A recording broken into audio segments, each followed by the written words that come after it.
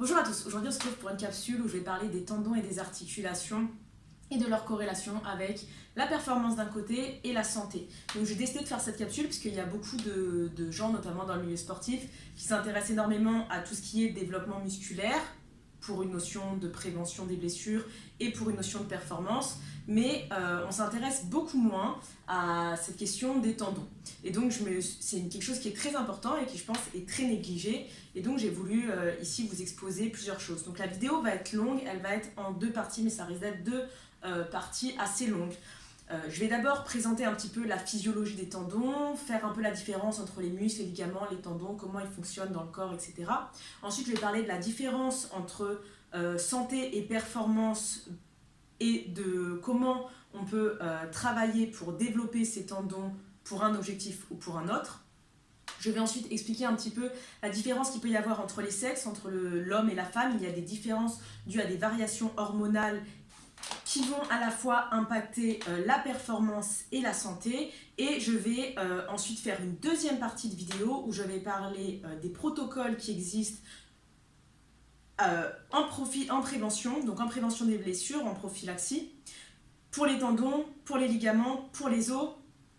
Et je vais parler des protocoles qui existent post-blessure, donc quand un athlète s'est blessé, pareil, d'un point de vue tendineux, d'un point de vue osseux, d'un point de vue cartilagineux. Donc ça sera deux grosses parties, mais je pense qu'elle intéressera à la fois les personnes qui sont dans le milieu un petit peu du réhab et à la fois les athlètes, parce que c'est quelque chose qui est dont on ne parle pas suffisamment. Donc juste avant de commencer, c'est très important de mentionner à qui appartient ce travail. Il faut savoir que ce travail-là ne m'appartient pas, je ne suis pas chercheuse, donc je me suis beaucoup renseignée ces derniers temps sur les travaux d'un monsieur qui s'appelle Kisbar, qui est professeur en Californie à l'université de Davis, qui est le chercheur international un petit peu renommé sur la question des tendons et de la guérison des tendons, donc comment optimiser la guérison des tendons. C'est un petit peu, à mes yeux, il a les études les plus récentes et les plus intéressantes sur le sujet. Il propose une approche qui est très différente. Donc si vous voulez creuser tout ça, vous pouvez bien sûr retrouver tout le contenu. Il n'a pas Instagram, c'est quelqu'un de discret, donc il a Twitter en revanche. On peut retrouver des podcasts, on peut retrouver un petit peu énormément d'études qu'il a sorties et quelques conférences sur YouTube, mais tout est en anglais. Donc c'est pour ça que je fais cette vidéo pour les personnes qui ne parlent pas anglais. Je me suis dit que ça serait intéressant de partager son travail ou pour ceux qui ne le connaissent pas. Donc on va d'abord commencer par parler un petit peu de la physiologie des tendons, globalement, des muscles. Je ne vais pas rentrer trop dans les détails, je ne veux pas que ce soit trop technique, mais il y a des notions qui sont importantes à comprendre et sur lesquelles il y a un petit peu de confusion. Donc déjà, la première chose à savoir, c'est que, pour simplifier au maximum, un muscle comporte un tendon et le tendon permet de faire le lien entre le muscle et l'os. Donc quand votre muscle vient s'attacher sur l'os, ce qui permet de connecter le muscle à l'os, c'est ce qu'on appelle un tendon. A l'inverse, un ligament va connecter deux os. Donc par exemple ici, entre votre fémur et votre tibia, vous avez des ligaments. Donc le ligament joint deux os. Donc c'est la première différence en termes de sémantique. Mais c'est pas aussi simple que ça. Donc le milieu scientifique, le milieu médical a tendance à voir un petit peu le blanc et le noir, ou du moins le présenter comme ça, peut-être pour simplifier le modèle. C'est pas aussi simple que ça, c'est-à-dire qu'on n'a pas un muscle, une coupure et d'un coup un tendon. C'est pas du tout comme ça que ça se passe. On a une continuité, donc il faut vraiment se dire que le muscle et le tendon, par exemple, on a un tendon et petit à petit, le tendon a comme des doigts qui viennent pénétrer le muscle et qui viennent s'intégrer dans le muscle, et petit à petit, on a un muscle qui se forme. Et donc ces trois composantes, le muscle, le tendon et les ligaments également, ont des composantes similaires à l'intérieur. Ils ont du collagène, le muscle a aussi du collagène, il y a de l'eau, il y a des éléments qui sont similaires. Après, on a des petites différences. Donc, par exemple, un tendon, il faut savoir que la masse sèche d'un tendon est constituée à 80% de collagène de type 1 et le poids total du tendon avec la masse humide, on a 60% d'eau. Donc, il y a énormément d'eau dans un tendon. Dans un muscle, on a en revanche seulement 5% de collagène, mais on a par contre, par exemple, des petites protéines motrices qu'on appelle la myosine qui vont permettre de générer de la force. Donc il y a des différences, mais on a quand même une similitude dans les composantes. Juste, on va avoir une variation de quantité et après, on va voir quelques molécules un peu différentes. Et ça a beaucoup de conséquences dans l'ensemble, c'est qu'il faut voir le corps comme une continuité et pas comme quelque chose avec des éléments séparés. On a un tissu, on a une continuité, on a une sorte de matrice un peu tissulaire qui a des différences en termes termes de quantité dans les compositions et certaines molécules, mais on a quand même des similitudes. Donc il n'y a pas vraiment, on ne peut pas différencier totalement les tissus. Donc ça, c'est la première notion que je voulais aborder. Le tendon, ensuite, il faut le distinguer du muscle dans une chose, c'est qu'il ne réagit pas de la même manière. C'est-à-dire que quand vous avez un tendon, on ne va pas le renforcer de la même manière qu'un muscle. Un muscle, on va l'entraîner longtemps. Si on l'entraîne 30 minutes, ça va être moins efficace en général que si on l'entraîne 2 heures. Bon, bien sûr, si vous faites une séance 2 heures avec pas d'intensité, ça sera peut-être plus rentable de faire une séance de 30 minutes avec de l'intensité. Mais globalement, si vous passez un peu plus de temps à l'entraîner, vous allez avoir un rendement qui va être intéressant. Sur un tendon, c'est pas pareil. Déjà, il faut savoir que le tendon est constitué d'une partie centrale, on va dire que c'est le centre du tendon, le corps du tendon. Et cette partie-là, entre 17 et 70 ans, on n'a pas de turnover. Ça veut dire que les cellules dedans ne se renouvellent pas. Par contre, ce qu'on vient faire, c'est que le tendon, il se développe un petit peu comme un tronc d'arbre. Si vous coupez un tronc d'arbre, vous allez voir qu'il y a des cercles comme ça, des anneaux. Chaque anneau représente des années, il me semble, je ne suis pas experte là-dedans, mais je sais que ça représente, je sais plus, c'est 10 ans, ou voilà, en tout cas, il ajoute des couches. Et le tendon est exactement pareil. Donc quand vous allez stimuler, la partie centrale, elle ne va pas évoluer, mais par contre, vous allez modifier et vous allez ajouter des anneaux, si vous voulez, de collagène autour de ce tendon et le renforcer. Mais la quantité d'entraînement que vous allez passer dessus, le temps que vous allez passer, ne va pas forcément rendre le tendon plus fort. Il réagit à des lois un petit peu différentes dont je vais parler dans la deuxième partie où je parlerai des protocoles. Ça, c'est la deuxième chose à savoir. La troisième chose à savoir, c'est que pour performer, tout comme pour la santé, vous avez besoin de développer vos muscles, mais aussi vos tendons. Parce que vos tendons ne sont pas juste une matière inerte, comme pendant longtemps on l'a pensé, qui juste permettent de transférer l'énergie du muscle vers l'os, si vous voulez. Le tendon a une fonction bien précise où il permet vraiment une restitution d'une énergie élastique. Donc le tendon va être plus ou moins rigide. Il va être, sa rigidité au tendon, elle va dépendre de 2 choses, donc de la quantité de collagène dont il dispose, mais pas seulement. Il va y avoir un autre élément qui va influencer sur la rigidité du tendon, ça va être la manière dont ce collagène est organisé. Donc on appelle ça le cross-linking, ça veut dire qu'on a des petites enzymes qui se mettent avec le collagène et qui permettent de l'orienter, de l'organiser, de l'unir, en fait, d'unir toutes les molécules de collagène. Et ça, c'est très important parce que ça va jouer sur la rigidité du tendon. Et pourquoi on a besoin d'un tendon rigide?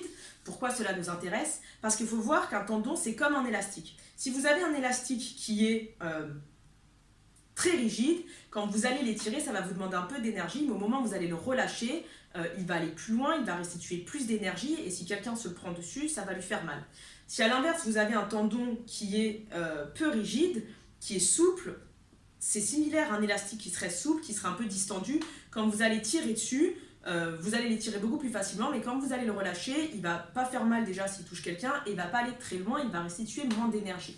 Donc pour la performance, on a besoin d'avoir un tendon qui est très rigide, parce que par exemple, si vous courez, si vous sprintez, le tendon va vraiment relâcher de l'énergie de manière beaucoup plus efficiente. Et il y a des études qui ont été faites sur la course, par exemple, où au final, sur les mollets, par exemple, le mollet est en isométrie et ce qui en fait release l'énergie, c'est le tendon qui absorbe et qui relâche de l'énergie à chaque foulée. Donc on a besoin d'avoir des tendons très rigides pour la performance. Le côté négatif de ça, c'est qu'un tendon qui est très rigide va avoir tendance à créer, à engendrer en tout cas, ou à augmenter le facteur de blessure musculaire. Pourquoi ? Parce que si on reprend l'exemple d'un athlète qui court par exemple, quand l'athlète va fatiguer et qu'il va commencer à faire une foulée plus grande, il va aller dans une amplitude plus importante. Le problème, c'est que quand il va aller dans cette amplitude plus importante, si le tendon est trop rigide et n'est pas souple, il ne va pas s'étirer. Et donc, il y a bien quelque chose qui va devoir s'étirer pour permettre d'accéder à une amplitude plus importante. Et cette chose-là, ça va être le muscle. Donc on a un modèle qui est très bien fait par Kisbar, donc je vais vous le mettre ici en vidéo ou en image dans le modèle, où on voit en fait que si le tendon il est très rigide, il ne va pas beaucoup s'étirer, et du coup ce qui va s'étirer c'est le muscle, alors que si le tendon est souple, le tendon va beaucoup s'étirer et le muscle ne va pas avoir besoin de s'étirer. Et si ce muscle-là s'étire excessivement parce que le tendon est trop rigide et ne veut pas s'étirer, on risque d'avoir une déchirure musculaire ou une élongation. Donc, on a à la fois un besoin de rigidité des tendons pour la performance, mais on a en même temps besoin d'avoir suffisamment d'élasticité du tendon pour prévenir ou pour éviter en tout cas le risque de blessure. Donc déjà, on a deux choses qui sont très différentes. D'un côté, on a un besoin de performance, de rigidité pour la performance, et d'un côté, on a besoin d'une élasticité pour la santé, la prévention des blessures. Donc c'est un petit peu comme quand je parle pour le rehab d'expansion et de compression, on a un continuum avec deux choses à chaque extrémité. D'un côté on a la santé, d'un côté on a la performance, et à chaque fois on doit trouver le juste milieu pour ça. Donc ça va varier entre les individus, bien sûr, et ça va varier également entre les sexes. Donc ce qu'il faut savoir, c'est que donc ce tendon-là va être plus ou moins rigide en fonction des individus. Et chez les femmes, où on a beaucoup d'œstrogène, comparé à un homme, l'œstrogène, donc l'hormone œstrogène, va impacter la rigidité du tendon. Ce qui se passe, c'est que l'œstrogène produit une enzyme qui va inhiber la synthèse du collagène, ou plus spécifiquement, elle va inhiber la réticulation du collagène. Donc un petit peu ce que j'expliquais au début, où les molécules de collagène, entre elles, s'unissent et s'imbriquent un petit peu comme des Legos, si vous voulez, et ça va inhiber ça. Et comme j'expliquais au début, cette réticulation, ce cross-linking, cette union du collagène entre eux, cette organisation du collagène, c'est un des éléments qui va impacter la rigidité du tendon avec la quantité de collagène à l'intérieur du tendon. Donc on a besoin des deux. Et donc les œstrogènes vont inhiber cette enzyme-là qui permet cette union un petit peu, ce qu'on va dire, des molécules de collagène. Et donc les femmes, elles vont avoir des tendons beaucoup plus souples. On peut se dire que c'est un avantage parce que ça va globalement prévenir les blessures chez les femmes, mais l'inconvénient, la contrepartie de ça, c'est que, elles ont moins de performance, elles ont une baisse de la performance par exemple sur un mouvement explosif, sur un sprint, sur un saut, etc. Parce qu'elles vont avoir moins de restitution élastique, leur tendon va être un peu comme l'élastique que j'expliquais au départ qui est distendu. Donc elles ont une baisse de la performance, et deuxième chose, c'est que donc, au début, j'expliquais qu'il y a les tendons, il y a les muscles, il y a les ligaments.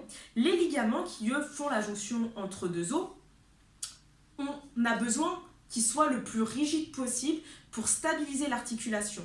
Et donc, ils sont constitués un petit peu de la même chose que le tendon, les ligaments. Et donc, le problème, c'est que eux aussi, si la femme, elle produit beaucoup d'œstrogènes, de la même manière que les tendons des femmes vont être plus souples, plus élastiques, leurs ligaments aussi vont être plus souples, plus laxes, plus élastiques. Mais si elles ont des ligaments plus laxes, plus souples, plus élastiques, par exemple au niveau des genoux, elles vont avoir un genou beaucoup plus instable. Ce qui fait que les femmes, par exemple en athlée, Kisbar fait beaucoup de recherches là-dessus, où il montre que les femmes ont un taux de blessure, par exemple au niveau du croisé antérieur, majoré, beaucoup plus important au niveau du genou chez les femmes par rapport aux hommes. Donc les femmes ont des tendons plus souples, ont moins de risque de blessures musculaires, mais par contre, à l'inverse, elles ont une petite baisse de performance et elles ont une augmentation des blessures, du risque en tout cas de blessures au niveau, par exemple, des genoux, parce que leurs ligaments sont moins stables et sont plus laxes. Et à l'inverse, les hommes qui, eux, produisent moins d'œstrogènes, ont des tendons beaucoup plus rigides, ce qui fait que quand ils vont dans des amplitudes plus extrêmes ou qu'ils font des grosses réceptions, par exemple sur de la pliométrie, le tendon parfois n'est pas assez élastique et c'est le muscle qui vient s'étirer pour compenser et qui rupture.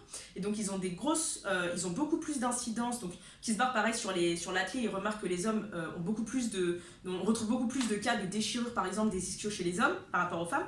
Mais par contre, à l'inverse de ça, la contrepartie de ça, c'est qu'ils ont des genoux qui sont en général beaucoup plus stables et donc il y a moins, en tout cas en termes de statistiques, de blessures chez les hommes au niveau du croisé antérieur sur l'athlée par exemple, que chez les femmes. Donc c'est comme tout, à chaque fois, on a la pièce et on a son revers. De la même manière qu'on a la santé et la performance, on a pareil chez les hommes et les femmes, une différence qui est due tout simplement à une différence de profil hormonal entre l'homme et la femme qui va impacter un côté ou un autre, et donc les deux ont des avantages et des inconvénients. Donc en tant que coach ou en tant que personne qui est dans le milieu du RIA, ça va être intéressant de savoir à quel individu on est en face de soi et est-ce que c'est un homme et une femme et quelle est plutôt sa dominante ou sa prédominance. C'est-à-dire qu'on peut essayer de deviner un petit peu le profil tendineux de la personne. Chez des athlètes qui ont tendance à être très bons en explosivité, en haltéro, sur sprint, sur du saut, qui ont un très bon rendement en termes d'énergie élastique, mais qui par contre ont énormément de blessures, soit de déchirures, soit d'élongation musculaire, soit de ruptures tendineuses, on sait que ces athlètes, ils ont certainement des tendons très rigides et peut-être trop rigides parce que du coup, ils ne sont pas assez compliants, ils ne sont pas assez élastiques quand ils vont dans certaines amplitudes ou quand ils réceptionnent certains de leurs sauts par exemple. A l'inverse, un athlète qui a tendance à ne pas être très performant sur le terrain, à pas être très explosif, à pas être très bon, en tout cas être un petit peu en dessous de la moyenne d'un groupe, mais qui par contre ne se blesse jamais ou n'a jamais de lésions musculaires, de lésions tendineuses, et ben on peut se dire que cet athlète a certainement des tendons un peu trop compliants, ou en tout cas pour une question de performance pas suffisamment rigide, et donc qu'il bénéficierait pour la performance à travailler sur sa rigidité. A l'inverse, l'athlète, dans le premier exemple que j'ai donné, qui se blesse tout le temps mais qui est très performant, bah, peut-être que pour lui, sa performance commence à devenir détrimentaire dans le cadre où il se blesse trop et que cette blessure du coup lui cause préjudice, et donc cet athlète gagnerait peut-être finalement à travailler un petit peu la souplesse, l'élasticité on va dire plutôt de ses tendons, pour avoir un taux de blessure un petit peu plus bas et donc pouvoir s'entraîner sans devoir tout le temps faire des phases de réathlétisation.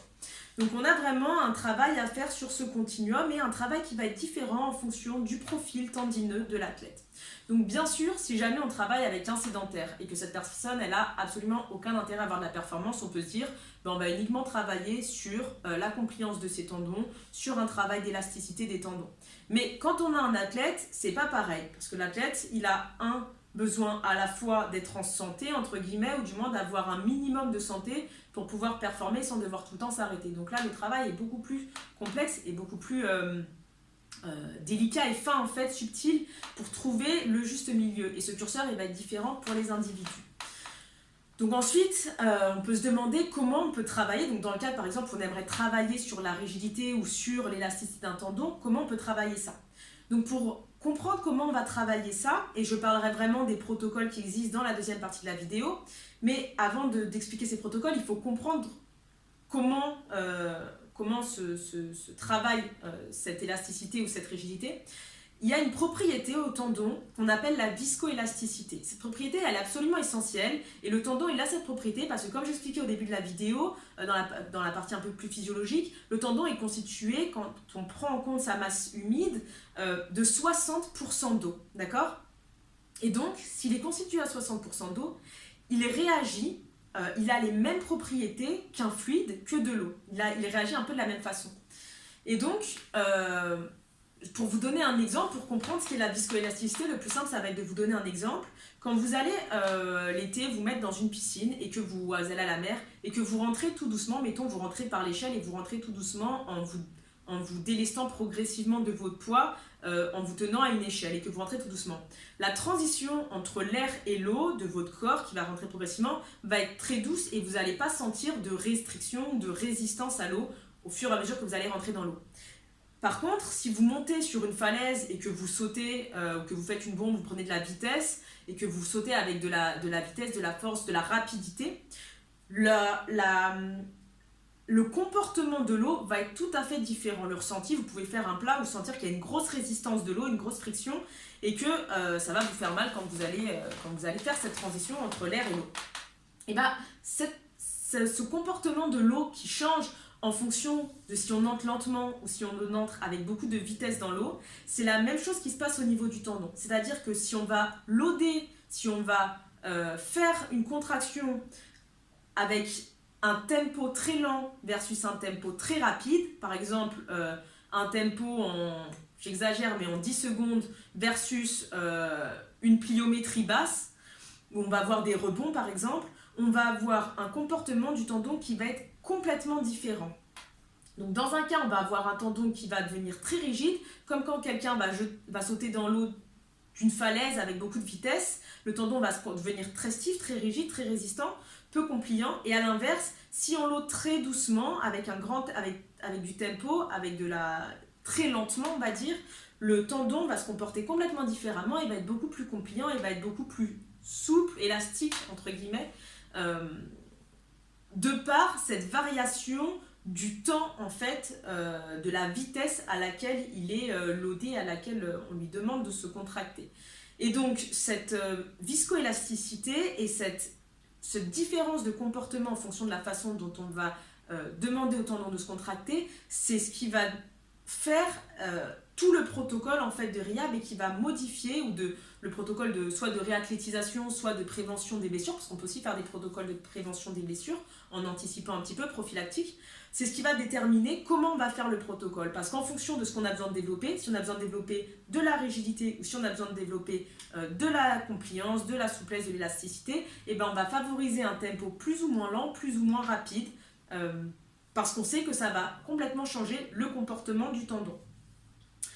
Donc ça, c'était la première partie que je voulais aborder sur cette physiologie des tendons, sur la manière dont les sexes... Donc ça, c'était la première partie. Donc voilà, ça c'était la première partie que je voulais faire sur les tendons. Donc d'abord présenter un petit peu les différences qu'il y avait entre un ligament, un tendon, un muscle. Je ne suis pas rentrée dans tous les détails. Il y a des détails super intéressants sur la manière dont le tendon est.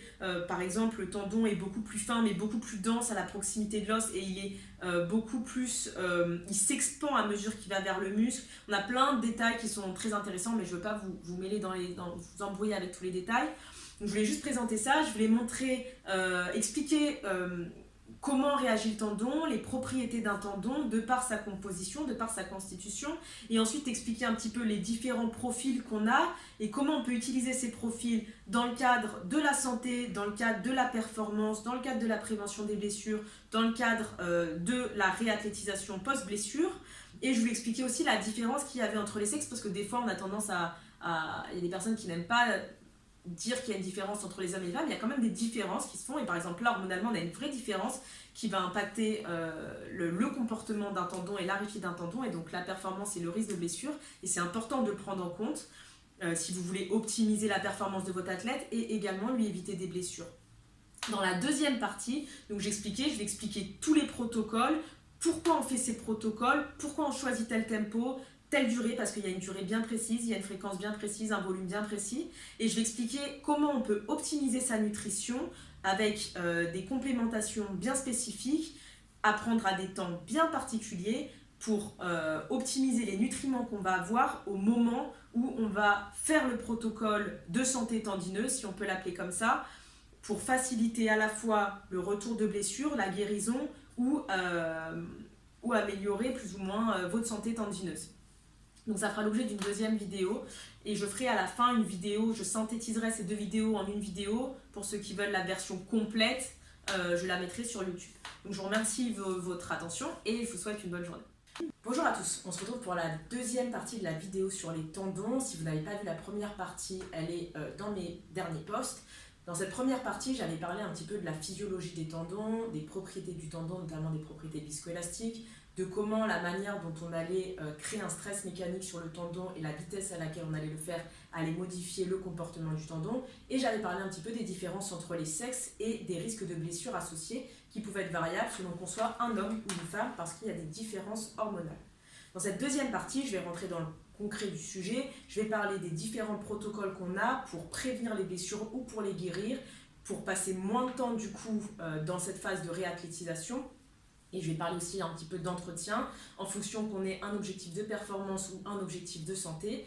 Et ensuite, je parlerai de toutes les stratégies nutritionnelles qu'on peut utiliser pour venir appuyer et renforcer ces protocoles parce qu'il y a un grand impact en fait, de la nutrition sur cette santé et sur du tendon. Donc je vais commencer par parler des différents protocoles qu'on peut avoir et il y a différentes choses qu'on doit avoir.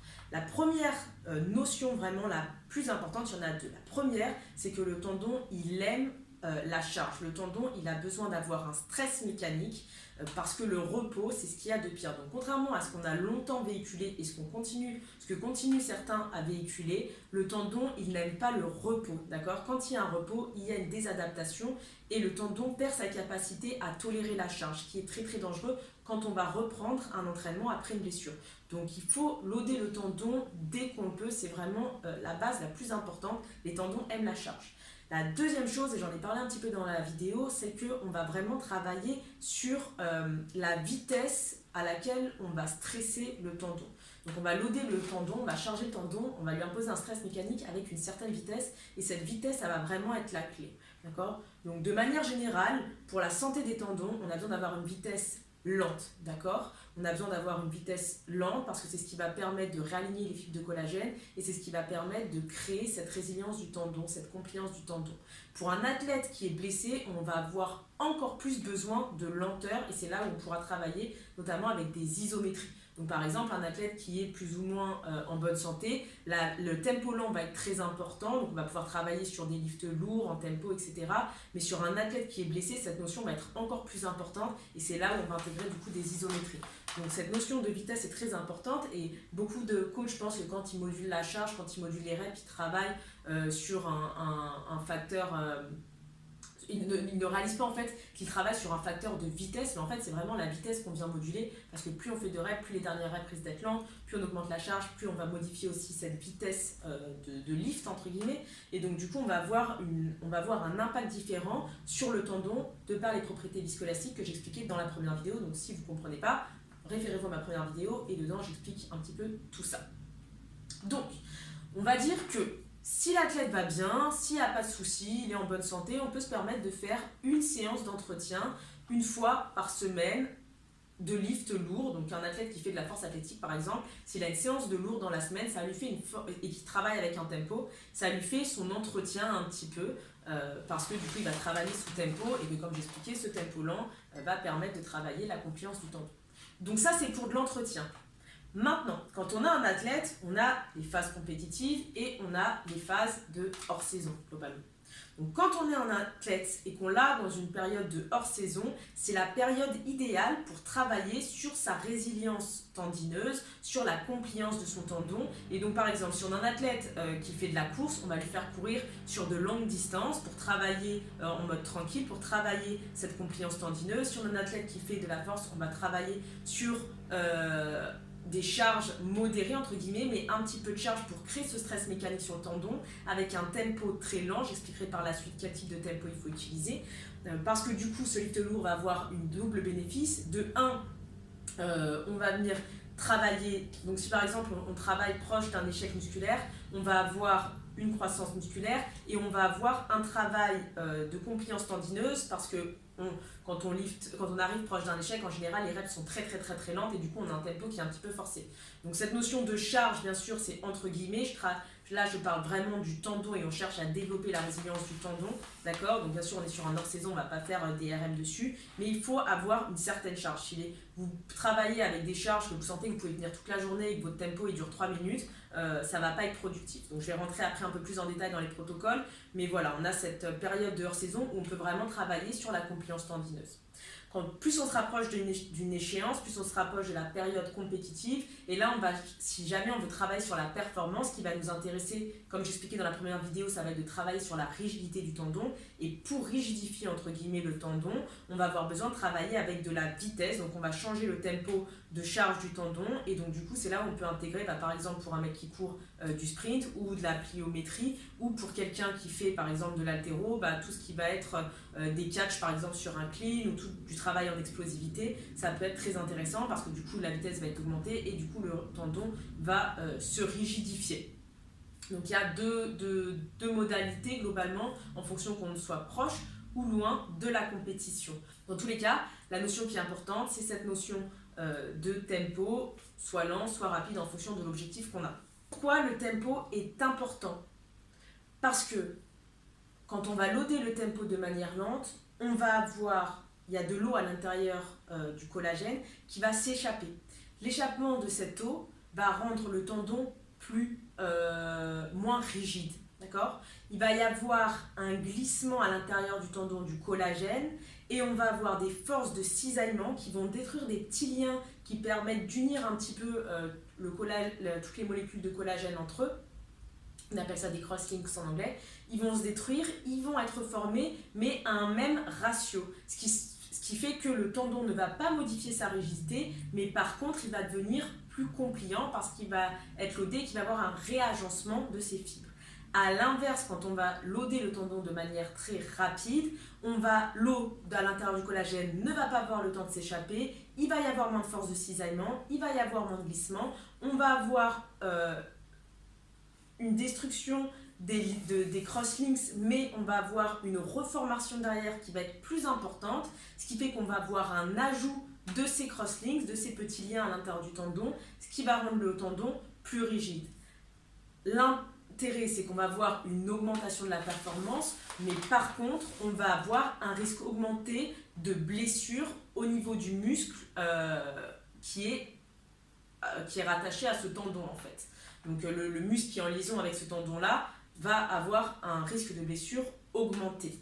Par contre, on va avoir un meilleur transfert de force entre le muscle, le tendon et l'os auquel ils sont rattachés, de par l'augmentation de cette rigidité. Donc ce tempo-là va être très important en fonction de l'objectif qu'on cherche. Donc maintenant, on va aborder les différents protocoles qui existent en fonction du type de blessure que l'on a. Donc la première chose à savoir, c'est que le tendon va se travailler d'une manière totalement différente d'un muscle. Quand tu vas travailler ton muscle, tu vas certainement aller à la salle, une fois par jour, ça va être suffisant. Tu ne vas pas aller à la salle 3-4 fois par jour, sauf pour ceux qui font des bis-entraînements. Et ensuite, tu vas aller rester à la salle certainement au moins 1 heure, si ce n'est plusieurs heures. Pour le tendon, ça va être complètement différent. Déjà, le stimuler une seule fois par jour, ce n'est pas suffisant. Il faut le stimuler plusieurs fois par jour. Et ensuite, on va le stimuler sur de très courtes périodes. Parce que si on le stimule pendant plusieurs heures, ça devient presque contre-productif et c'est pas plus rentable que le stimuler juste 5 à 10 minutes.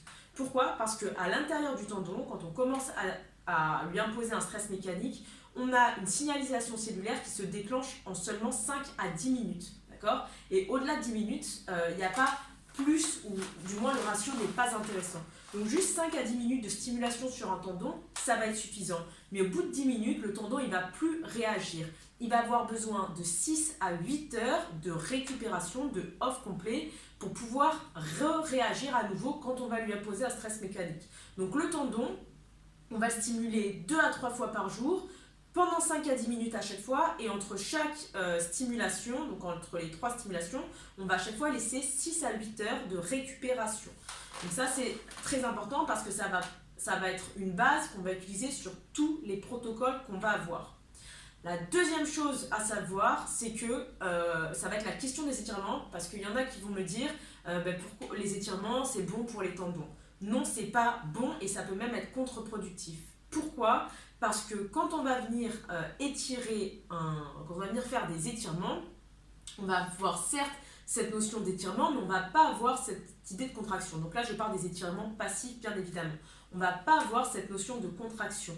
Et du coup, ce qui se passe, c'est que ce qu'on va faire, c'est qu'on va venir inhiber les réflexes qu'on a qui nous permettent de protéger le muscle et les tendons. Parce que par exemple, quand vous allez marcher dans la rue, si jamais à un moment vous ratez un trottoir et que votre cheville part dans une amplitude extrême, il y a un réflexe qu'on appelle le réflexe myotatique qui va se déclencher, qui va permettre tout de suite de générer une contraction musculaire pour protéger l'individu d'une blessure. Et quand vous venez vous étirer de manière passive et qu'il n'y a pas de contraction, mais qu'on vient dans cette amplitude extrême, ce qu'on fait en fait, c'est qu'on apprend au système nerveux que cette amplitude-là n'est pas dangereuse. Donc quand le corps il va être exposé à cette amplitude, mais dans des cas où ça va être à une vitesse très importante, on prend l'exemple d'une gymnaste qui fait un mouvement en compétition, ou un haltéro qui réceptionne un épaulé par exemple, il y a une grande vitesse. Si on est dans cette amplitude extrême qui en soit sous charge et qui du coup devient dangereuse, mais que le corps pense qu'elle n'est pas dangereuse, il ne va pas déclencher ce réflexe de contraction musculaire et du coup on ne va pas avoir ce mécanisme de protection et on risque d'avoir une blessure. Et c'est notamment ce qui se passe chez les gymnastes en fait.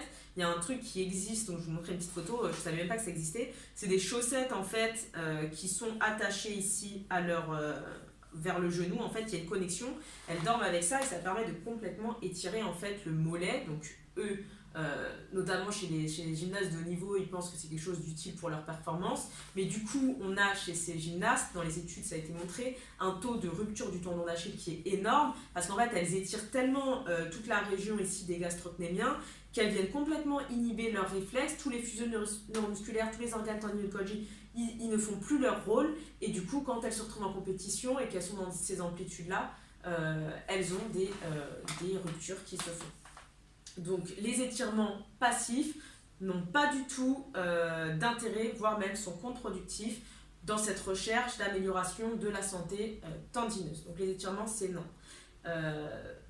Autre chose, ceux qui vont dire oui, moi quand je me suis blessée, je prends, alors pour ceux qui ne sont pas en fédération, on sait que chez certains sportifs, il y en a qui en prennent, tout ce qui est corticostéroïdes, tout ce qui va être anti-inflammatoire, ça va être encore différent des protocoles que je vais parler, parce que tous les protocoles anti-inflammatoires, et notamment tout ce qui est corticostéroïdes, en fait, ça va certes limiter l'inflammation, mais du coup, ça va également inhiber des processus qui sont très importants, et notamment ce processus inflammatoire est important pour le tendon. Du coup, on va avoir certes une inhibition de l'inflammation qui va soulager l'individu sur le moment, mais c'est du très court terme. Et sur le long terme, ça peut avoir des effets assez néfastes sur la santé du tendon. Donc faire très attention avec toutes ces solutions court terme et vraiment chercher à travailler sur le long terme avec une vision plus globale pour durer en fait et pas juste penser au court terme. Donc, ça peut être efficace bien sûr quand on a une échéance compétitive.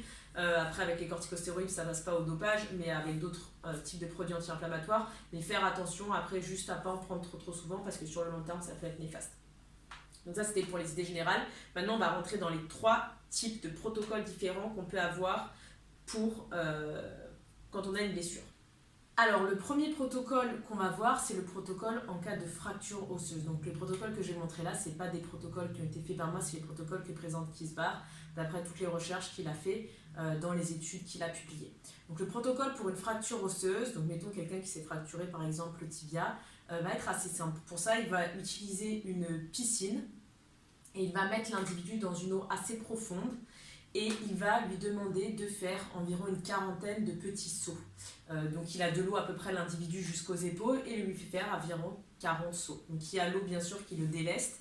Et d'après les études qu'il a fait, donc 40 sauts c'est suffisant, il va faire ça 2 à 3 fois par jour et il a une amélioration très très rapide de la guérison de l'os. Et petit à petit, au fur et à mesure que l'individu commence à guérir, il va en fait amener l'individu dans des eaux de moins en moins profondes et donc il va ajouter en fait une charge, donc la charge va être progressive et donc il utilise vraiment l'eau comme cet outil. Et sur les individus qui ont des vieilles blessures, donc par exemple quelqu'un qui s'est fracturé l'os il y a assez longtemps, il garde quand même une sorte de protocole d'entretien en faisant comme ça une session dans la piscine de temps en temps et après en enchaînant 1 heure après avec une séance de cardio. Donc il a un protocole bien spécifique pour les autres que vous pouvez retrouver dans les études qu'il publie bien évidemment, mais voilà, il utilise la piscine comme cet outil pour délester un petit peu l'individu de la gravité et petit à petit augmenter le stress qu'il va mettre. Et là, une guérison très accélérée par rapport au protocole classique. Donc le deuxième protocole que Kisbar met en place, c'est un protocole pour tous les soucis cartilagineux et pour tout ce qui est hernie discale. Donc dans ce cas-là, ce qu'il explique en fait, c'est qu'on a besoin d'avoir une augmentation de la vascularisation. Et donc, ce qu'il fait, c'est qu'il utilise une table d'inversion et il vient faire de l'inversion à tour de rôle. Donc en gros, il inverse la personne pendant 20 secondes, il la remet à l'endroit 20 secondes, il la réinverse 20 secondes, il la remet à l'endroit 20 secondes. Et ce qui se passe, c'est que quand le protocole nutritionnel dont je vais parler dans la 3e partie est mis en place, il va y avoir tous les nutriments qui vont être dans le sang et cette alternance d'inversion va permettre de comprimer puis de créer de l'expansion à tour de rôle et donc va faciliter un petit peu la perfusion de ces nutriments au niveau de la zone qui est lésée, donc par exemple au niveau du disque qui est problématique. Donc le dernier protocole, celui certainement qui va vous intéresser le plus, c'est celui pour les tendons. Donc là encore, Kisbar il présente un protocole bien spécifique. Il va travailler sur des mid-range, donc par exemple, si on prend un exercice en chaîne fermée, un split squat, il va se mettre à mi-chemin sur la phase excentrique, il va se mettre là avec une charge d'environ 80%, il va venir faire 1 à 3 séries de 2 à 4 reps, il va commencer par tenir cela 10 secondes, donc une isométrie de 10 secondes, et petit à petit, il va faire des incrémentations de 5 secondes jusqu'à arriver à un total de 30 secondes, et à peu près il se donne 6 mois pour arriver à ces 30 secondes. sur un individu qui a vraiment une grosse blessure tendineuse. Et il va choisir 3 exercices. Donc il va prendre en général 2 exercices en chaîne ouverte. Donc par exemple un leg press et un leg extension, et un exercice en chaîne fermée, par exemple un Spanish squat. Et le tout va être sur une durée totale de 5 à 10 minutes et il va répéter ça 3 fois par jour. Donc ça, c'est son protocole à lui. Et en général, il favorise quand même l'unilatéral. Donc après, c'est pas le seul à travailler sur les tendons. Il y a d'autres personnes. Il y a Eloni Rayo qui fait des super travaux aussi sur ça. Et tous s'accordent sur l'intérêt du travail en unilatéral. Donc du coup, c'est pour ça que Kisbar utilise 2 exercices en chaîne ouverte. Donc un leg ex par exemple et un leg press en unilatéral. Et après, un exercice en bilatéral en chaîne fermée. C'est vraiment dans les cas où l'individu est très limité uniquement qu'ils utilisent un exercice en bilatéral. Donc bien sûr, il n'y a pas de loi et il faut s'adapter à l'individu qu'on a en face de soi. Donc ils ont tendance à privilégier l'unilatéral, mais dans certains cas, ils s'autorisent à travailler en bilatéral. Ce qui est très important, ça va être vraiment cette notion de lance. C'est pour ça qu'ils proposent une isométrie, mais après, il y a plusieurs protocoles qui se barrent ainsi vraiment sur le fait qu'une concentrique lente, une excentrique, une isométrie, ça n'a pas tant de différence. Après, le protocole isométrique est vraiment très intéressant parce que beaucoup de gens ont peur après la blessure de faire des mouvements vraiment. Donc le travail en isométrie est souvent favorisé, mais il y a d'autres modalités qui peuvent être mises en place, bien évidemment. Donc sur tous ces protocoles, en fait, cette notion de tempo est très... Et c'est pour ça qu'on cherche à faire 30 secondes et cherche à construire jusqu'à 30 secondes. Parce qu'en fait, ce qui se passe, c'est que de par la propriété viscoélastique du tendon que j'expliquais dans la première vidéo, il y a un phénomène de relaxation face au stress. Donc en fait, quand on va faire une isométrie, par exemple, le tendon il va être chargé sur une amplitude constante, d'accord ? Il n'y a pas un changement de l'amplitude, on n'est pas sur un mouvement concentrique ou excentrique, donc l'amplitude reste la même, mais la contraction est permanente. Au bout d'un moment, il commence à y avoir une fatigue et à l'intérieur, les fibres de collagène vont se relaxer, d'accord ?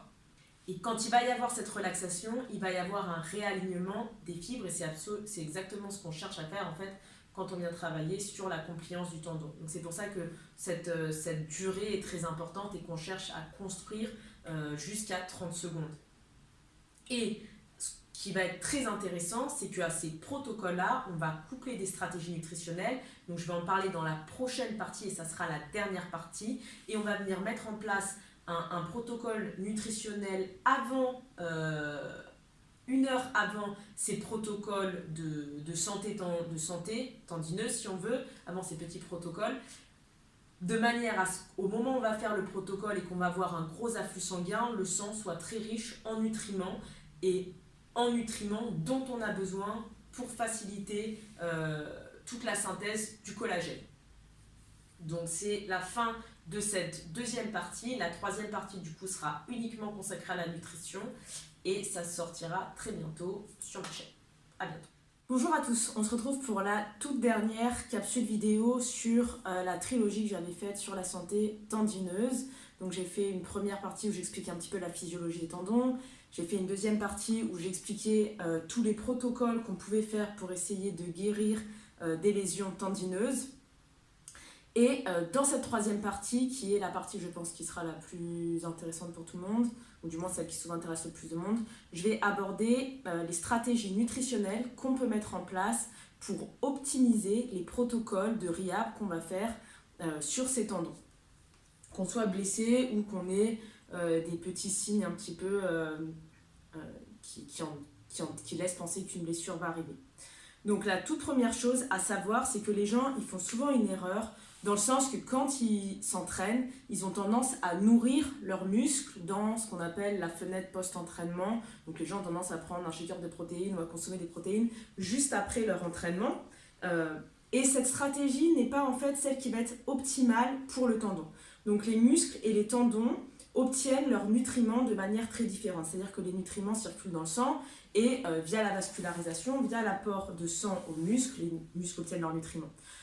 Les tendons, ils sont très mal vascularisés. Les tissus conjonctifs, tendons, ligaments, parce qu'il n'y a pas que les tendons, sont très mal vascularisés et donc eux c'est pas pareil, ils vont pas obtenir leurs nutriments de la même manière par cette perfusion sanguine, donc par l'apport sanguin, d'accord, qui va se produire.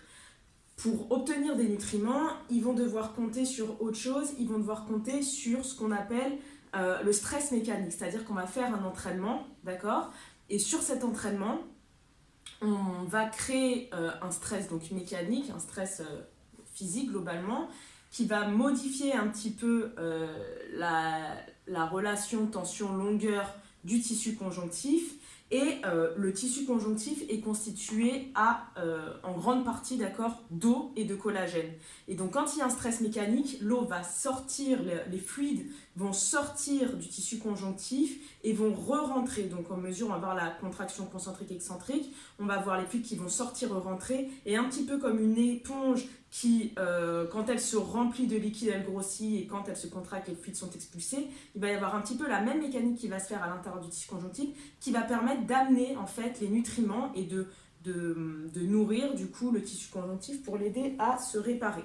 Donc, du coup, ce qui est très important, c'est qu'on apporte ces nutriments avant de faire le protocole de santé du tissu conjonctif. Donc, contrairement à un muscle, on va chercher à le nourrir après la séance, donc juste après son training. Là, on va amener tous les nutriments, on va s'assurer d'amener tous les nutriments avant pour créer une sorte de bain de nutriments autour du tissu conjonctif, de manière à ce que quand on va créer un stress mécanique pendant la séance avec le training, avec les protocoles spécifiques dont j'ai parlé dans la partie 2 de cette trilogie, les nutriments soient déjà présents et puissent être directement amenés en fait dans le tissu conjonctif pour optimiser la réparation. Donc la première chose, c'est de nourrir d'abord les tendons, d'abord les tissus conjonctifs et uniquement après, à la fin de la séance, les muscles. Donc il y a deux types de protocoles du coup différents, que ce soit pour les muscles ou pour le tendon. Donc de manière générale, si on veut donner des règles très simples, on va essayer d'amener à chaque repas de la journée 20 grammes de protéines de bonne qualité, très important d'insister sur la qualité de la protéine qui est amenée. Si on veut être un petit peu plus précis, on va dire environ 0,3 g par kilogramme de poids de corps à chaque repas, d'accord, c'est pas dans la journée, c'est à chaque repas, de manière à avoir suffisamment de protéines réparties tout au long de la journée pour le corps et pour ces tissus qui vont en avoir besoin.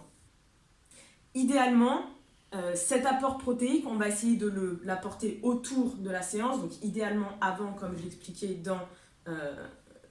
juste avant.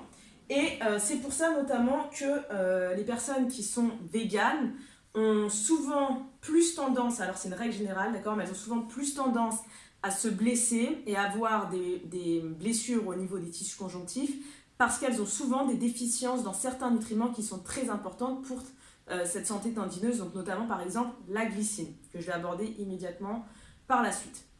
Si jamais on veut faire des règles un petit peu plus spécifiques et on veut rentrer un petit peu dans les détails des choses dont on a besoin pour cette santé conjonctive. Donc, j'ai mon canapé qui est en train de se casser. Donc, de manière plus spécifique, ce qui va être très important, ça va être l'apport de collagène, d'accord ? Pourquoi l'apport de collagène ? Parce que ça va être un élément majeur qui constitue le tendon, les ligaments. D'accord ? J'ai expliqué juste avant, globalement c'est de l'eau et du collagène. Donc ce collagène, on va essayer d'apporter 15 grammes 1 heure avant la séance. Donc comme j'expliquais, on va essayer de créer un bain de nutriments avant la séance et idéalement 30 minutes à 1 heure avant. Donc on va essayer d'amener 15 grammes de collagène, idéalement du collagène hydrolysé, ou ça peut être de la gélatine, d'accord ? Il y en a aux États-Unis qui utilisent du jello. Il y en a qui vont me parler des bonbons, parce qu'on dit il y a de la gélatine dans les bonbons, etc. C'est un petit peu différent parce qu'en fait, pour faire de cette gomme, on vient bouillir l'ensemble du collagène et ça tue la vitamine C. Et on va voir que la vitamine C est très importante pour assimiler ce collagène. On ne peut pas bien assimiler ce collagène si on n'a pas de vitamine C. Donc, on va dire que globalement, on a un ratio de 1:1. Pour avoir son collagène, on va utiliser une petite molécule de vitamine C. Donc, on va avoir besoin de vitamine C. Donc 15 grammes de collagène hydrolysé ou de gélatine avec de la vitamine C. Vitamine C, environ 250 à 500 mg. Donc par exemple, si vous buvez 500 ml de jus d'orange, vous allez avoir environ 250 mg de vitamine C. Le plus est l'ennemi du mieux. Il y a, dans certains cas, par exemple dans ce cas ça s'applique très bien, on n'a pas besoin d'avoir 2 grammes de vitamine C, d'accord? Attention aux troubles digestifs, quand on consomme trop de vitamine C, ça peut accélérer le transit. Donc le plus ne va pas être mieux, juste 250 mg, ça va être suffisant. Et on va essayer d'apporter ça 3 fois par jour. Donc comme j'avais expliqué, le protocole de santé myotendineuse, on va essayer de le répéter 3 fois dans la journée. Et donc à chaque fois, 1 heure avant ce protocole de santé myotendineuse, on va amener 15 grammes de collagène plus 250 à 500 mg de vitamine C. Donc ça va être répété 3 fois. Très important pour les personnes qui ont tendance à s'entraîner le matin et à jeun, il faut savoir qu'après une nuit de sommeil, on est complètement, je n'ai plus le mot en français, déplétionné, je l'ai en anglais, depleted. On va plus avoir globalement, on va avoir des stocks de vitamine C qui vont être très diminués. Et donc c'est très important de bien prendre, de faire le protocole nutritionnel quand on s'entraîne le matin à jeun, 1 heure avant sa séance, de manière à avoir ce vitamine C, à avoir ce collagène quand on va faire la séance, parce que la nuit est un petit peu puisée dans nos ressources. Et donc il y a 2 autres éléments qui vont être très importants. Le cuivre notamment, parce que c'est le cofacteur d'une enzyme qu'on appelle la lysyloxydase, qui est très importante pour, on va simplifier la chose, mais pour, on va dire, unir toutes ces molécules de collagène entre elles. Et donc globalement, on va dire qu'on a besoin d'1 mg par kilogramme de poids de corps par jour. Le cuivre, on le trouve où? Dans les champignons qu'on appelle les shiitake, dans la patate douce, dans le sésame, dans le cajou, dans les huîtres. Donc voilà, on en trouve dans plusieurs aliments. Idéalement, on va essayer toujours de prioriser l'alimentation classique avant de se supplémenter, mais si nécessaire, on peut se supplémenter. Et dernier élément très important, la glycine. Pourquoi? Parce que comme j'expliquais juste avant, le collagène, c'est globalement les tissus conjonctifs sont globalement composés de collagène et d'eau. Et ce collagène-là, qu'est-ce que c'est? Le collagène, c'est une répétition de 3 acides aminés, la glycine, la proline et l'hydroxyproline. Et donc, la glycine étant un des acides aminés qui composent le collagène, il est très important. Donc, quand on va prendre un shaker de protéines de whey, par exemple, on va avoir des protéines et ça va être suffisant pour nourrir le muscle, d'accord? Mais pour le tissu conjonctif, ça ne va pas être suffisant. Les tissus conjonctifs, du fait qu'ils sont composés de ce collagène qui est composé de glycine, ont vraiment besoin d'avoir un apport majoré en glycine. Et c'est pour ça que j'expliquais plus tôt que les véganes avaient un risque plus important de se blesser parce qu'ils sont souvent en carence de cette glycine qui est très très très importante. Donc idéalement, on peut consommer du coup du collagène hydrolysé qui va être plus riche en glycine, d'accord? Et on peut aussi se supplémenter directement en glycine si c'est nécessaire. Et il y a beaucoup d'études qui ont montré que quand on a une diète qui est riche en glycine, qui a au moins 5% de glycine, on a une augmentation de la synthèse du collagène et on a une augmentation aussi des GAG, qui sont les glycosaminoglycanes, qui sont en fait très importants parce que ça attire l'eau et notamment on en trouve de nombreux dans les disques intervertébraux. Les disques intervertébraux sont très riches et ils attirent l'eau et c'est ce qui permet aux disques de rester hydratés. Et souvent quand on vieillit par exemple, ce taux de GAG diminue et on a une déshydratation du disque et les disques deviennent plus fragiles, on a plus tendance à développer des pathologies discales. Donc très très important d'avoir un apport en glycine suffisant, un apport en collagène suffisant, du cuivre et je sais plus ce que j'ai mentionné, et la vitamine C qui va être très importante pour pouvoir assimiler ce collagène. Donc ça c'est les 4 éléments importants. Après, il y en a qui vont parler des oméga 3 pour les inflammations, etc., pour les tendons. Oui et non. Alors il y a beaucoup d'éléments souvent dans la nutrition tendineuse qui sont mis en avant et souvent c'est des molécules qui vont être anti-inflammatoires. Alors ça va être utile quand on a un niveau d'inflammation très très élevé parce que parfois c'est bien de la manager, mais comme j'avais expliqué dans des vidéos précédentes, l'inflammation n'est pas quelque chose de négatif et l'inflammation est un stimulus du processus de guérison. Donc quand on a une alimentation qui est trop anti-inflammatoire, on a des effets pas négatif, mais on va dire qu'on va venir un petit peu limiter ce processus inflammatoire qui est finalement normal et qui est même, je dirais, nécessaire. Donc oui, quand on est à un stade très élevé, mais là vraiment l'avantage du protocole que je suis en train de donner, c'est que c'est pas une nutrition, c'est pas une supplémentation qui va être anti-inflammatoire. Du coup, la vidéo a coupé, mais je disais, voilà, l'avantage du protocole nutritionnel que je donne là, c'est qu'il ne va pas venir lutter contre l'inflammation qui finalement est un processus nécessaire, même si parfois elle est un petit peu excessive. Mais là, vraiment, on va venir apporter les briques qui sont nécessaires à la guérison des tissus conjonctifs et notamment du tendon s'il y a une blessure tendineuse. Donc c'est un petit peu un protocole qui du coup un peu différent par rapport à ce qu'on voit souvent où on vient donner beaucoup d'anti-inflammatoires, des oméga 3, etc. Oui, mais pas toujours et en respectant toujours le processus inflammatoire et en comprenant ce processus inflammatoire qui est nécessaire, qui n'est pas toujours bien compris par tout le monde. Donc voilà, j'espère que la vidéo vous a plu, j'espère qu'elle vous a apporté des éléments nouveaux que vous allez pouvoir mettre en application sur vous-même, sur vos entraînements, sur les stratégies nutritionnelles que vous mettez en place et aussi qu'elle vous a permis de un petit peu mieux comprendre comment vous fonctionnez parce que c'est quand même ce qui me tient le plus à cœur, c'est que les athlètes comprennent leur fonctionnement interne. Si vous avez des questions, que ce soit sur les protocoles de santé myotendineuse, de réhabilitation, que ce soit sur la physiologie du tendon, des tissus conjonctifs, que ce soit sur les stratégies nutritionnelles, n'hésitez pas à m'envoyer un MP. C'est vrai que je suis parfois très sollicitée et que du coup je ne réponds pas toujours immédiatement. Mais dès que je peux, j'essaie de répondre à chaque personne. Si des fois je ne réponds pas tout de suite et que vous n'avez pas de réponse pendant plusieurs semaines, n'hésitez pas à me ressolliciter. Il y aura d'autres vidéos à venir parce qu'il y a énormément d'éléments encore à apporter sur cette question des tendons. Il y a des choses à travailler avec le rythme. Il y a vraiment voilà, plein de découvertes scientifiques qui sont faites régulièrement sur le sujet. Donc c'est vraiment passionnant. J'essaierai de vous les partager régulièrement. Comme je l'expliquais au début, tout ce que j'ai dit là, ça ne vient pas de moi-même, d'accord ? C'est une synthèse de recherche que je fais régulièrement sur des sujets qui m'intéressent ou sur les sujets que je trouve qui évoluent beaucoup. Et voilà, donc je vous remercie pour l'attention sur les 3 vidéos. Si vous n'avez pas vu les premières vidéos, la partie 1 et la partie 2, je vous invite à les voir au préalable parce que ces vidéos apportent des éléments pour comprendre la partie 2. Donc la partie 1 prépare la partie 2 qui prépare la partie 3. Donc si vous ne les avez pas vues, je vous invite à les revoir. Et si jamais elles vous ont plu et que vous souhaitez les partager avec votre entourage parce que vous pensez qu'elles peuvent intéresser d'autres personnes, n'hésitez pas à le faire. Donc voilà, je vous remercie pour votre attention et je vous dis à bientôt.